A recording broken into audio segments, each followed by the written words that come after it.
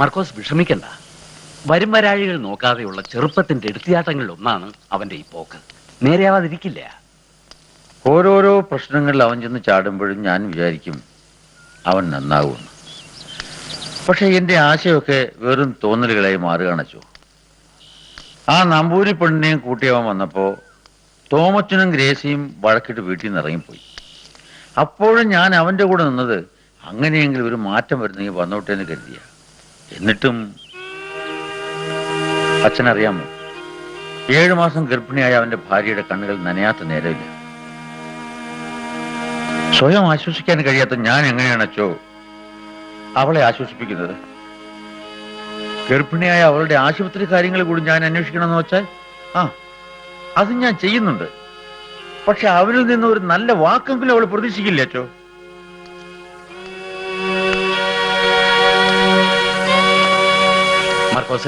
മർക്കോസിന്റെ കണക്കൂട്ടലുകളൊക്കെ തെറ്റിന്നാണ് എനിക്ക് തോന്നുന്നത്.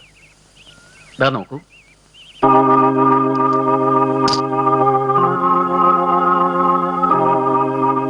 മർക്കോസ് ഇവിടെ നിൽക്കും. ഞാൻ അവനോടൊന്ന് സംസാരിച്ചിട്ട് വരാം.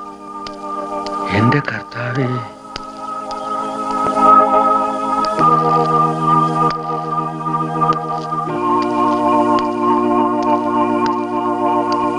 എത്ര വലിയ തെറ്റ് ചെയ്ത മനുഷ്യനും ഒടുവിൽ ദൈവത്തിനടുത്ത് വന്നത്.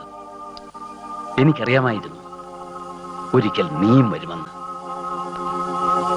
കർത്താവേ, ഇന്നെങ്കിലും മനസ്സ് നൊന്ത് ഉള്ളതിൽ പങ്ക് കർത്താവിന് നീ കൊടുത്തല്ലോ. നീ നാളെ മുതൽ മുടങ്ങാതെ പള്ളിയിൽ വരണം, കുർബാന കൈക്കൊള്ളണം, കുമ്പസരിക്കണം. കണ്ണീര് കൊണ്ട് കഴുകിക്കളയാൻ പറ്റാത്ത ഒരു പാപവുമില്ല. എന്റെ അച്ചോ, ഉപദേശങ്ങൾ കേട്ട് കേട്ട് തല ചെകിടിച്ചു പോയി. ചെറിയൊരു മൂടുണ്ടായിരുന്നു, അതില്ലാതാക്കിയല്ലോ. വല്ലത് ഇരിപ്പുണ്ടോ അകത്ത്? ലേശം കൊടുക്കും തോറും കർത്താവ് കൂടുതൽ കൂടുതൽ തരുമെന്ന് ഷാപ്പിൽ ആരോ പറയുന്ന കേട്ട്. അതുകൊണ്ടാ ബാക്കി ഉണ്ടായിരുന്ന ചില്ലറ കാണിക്കയിട്ടത്. അച്ചോ, കർത്താവ് പറ്റിക്കൂ. ഇനി ഇവിടെ നിന്ന് അച്ഛൻ പ്രസംഗം തുടരും, ഞാൻ മലയും. പോട്ടെ.